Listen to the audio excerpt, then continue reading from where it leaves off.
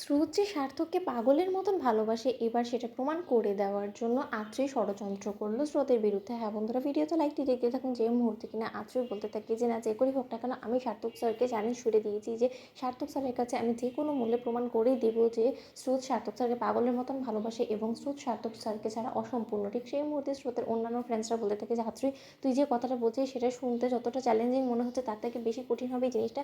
তুই যে সার্থক স্যারকে প্রমাণ করবি সেটা তুই একবার ভেবে দেখেছিস, সেটা তুই কী করে প্রমাণ করবি। ঠিক সেই মুহূর্তে আদ্রি বলতে থাকে যে দেখ, আমার কাছে একটা প্ল্যান আছে। দেখ, তোরা তো সকলে খুব ভালো করে জানিস যে সার্থক স্যারের সাথে আমার একটা ঘনিষ্ঠ সম্পর্ক আছে। সার্থক স্যার আমাকে চ্যাপ্টার্সে স্পেশালি বুঝিয়ে দিচ্ছে এবং সার্থক স্যারের মনে আমাকে নিয়ে নতুন করে একটা ফিলিংস জেগেছে, সেটা নিয়ে যথেষ্ট পরিমাণে স্রোতের মনে কিন্তু একটা সন্দেহ তৈরি হয়েছে। এবার সেই সন্দেহটাই আমরা যদি আরও বেশি উস্কে দেওয়ার চেষ্টা করি তাহলে কেমন হয় বলতো। স্রোত তো এক পর্যায়ে জ্বলে পুড়ে ছারখার হয়ে যাবে যখন কিনা ও জানতে পারবে যে সার্থক স্যার আমার সঙ্গে পার্টিতে আছে। ঠিক সেই মুহূর্তে স্রোতের ফ্রেন্ডসরা বলতে থাকে যে স্রোত এটা কিন্তু কোনো মতে ভালোভাবে নেবে না। ও যখন জানতে পারবে যে সার্থক স্যার রীতিমতো এখন তোর সাথে পার্টি অ্যাটেন্ড করা শুরু করে দিয়েছে, আর তুই ভাবতে পারছিস আর সার্থক স্যারই বা কেন বোকার মতন তোর সঙ্গে পার্টিতে অ্যাটেন্ড করতে চাইবে বলতো। তার যদি কোনো রকম ওর আপত্তি থাকে তখন ঠিক সেই মুহূর্তে আত্রি বলতে থাকে যে না, সার্থক স্যার নিজের ভালোবাসাকে পাওয়ার জন্য যে কোনো মূল্যে আমার সাথ দিবে এবং সেটা আমি 110% শিওর। তাই তোরা সেটাই করবি যেটা কিনা আমি তোদেরকে বলছি। তাই আমি চাই যে আমরা এবার এই প্ল্যানটাকে এমনভাবে এক্সিকিউট করি যার ফলে কিনা কোনো রকম কোনো হেরে যাওয়ার চান্সেস না থাকে। ঠিক সেই মুহূর্তে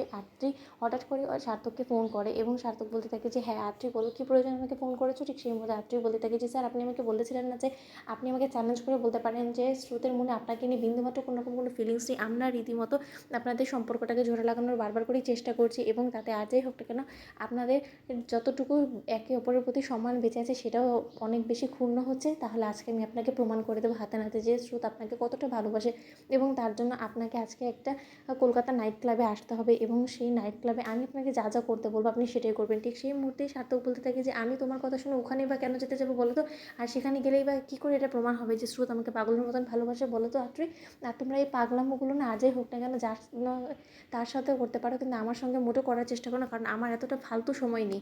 ঠিক সেই মুহূর্তে আত্রি বলে থাকে স্যার, আপনি কিন্তু আমাকে বলেছেন যে আপনি স্রোতের ফিলিংস সম্পর্কে জানার জন্য আমার সঙ্গে কোঅপারেট করবেন, তাই আপনি কিন্তু এখন নিজের কথা থেকে মুড়ে গেলে কোনো মতেই হবে না। তাই প্লিজ স্যার, আপনি প্লিজ আমার সাথে একটু কোঅপারেট করুন, তাতে ভবিষ্যতে গিয়ে আপনারই ভালো হবে। আপনি তো কোনো মতে চান যে আপনার সংসারটা জোড়া লাগুক এবং তার থেকে বড় কথা স্রোতের ফিলিংস সম্পর্কে আপনি জানতে চান এবং আপনি যে কতটা ডেসপারেট সেটা আমি খুব ভালো করে জানি। তাই স্যার, আমি আপনাকে রিকোয়েস্ট করছি, যদি আপনি সত্যকার অর্থেই স্রোতকে নিজের জীবনসঙ্গী হিসেবে চান এবং স্রোতকে নিজের কাছে আগলে রাখতে চান তাহলে প্লিজ আপনি আজকে রাতে নাইট ক্লাবে কলকাতায় চলে আসবেন।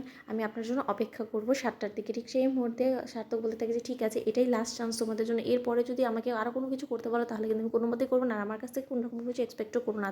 তো বন্ধুরা, লাইক কমেন্ট শেয়ার করে সাবস্ক্রাইব করতে ভুলো না।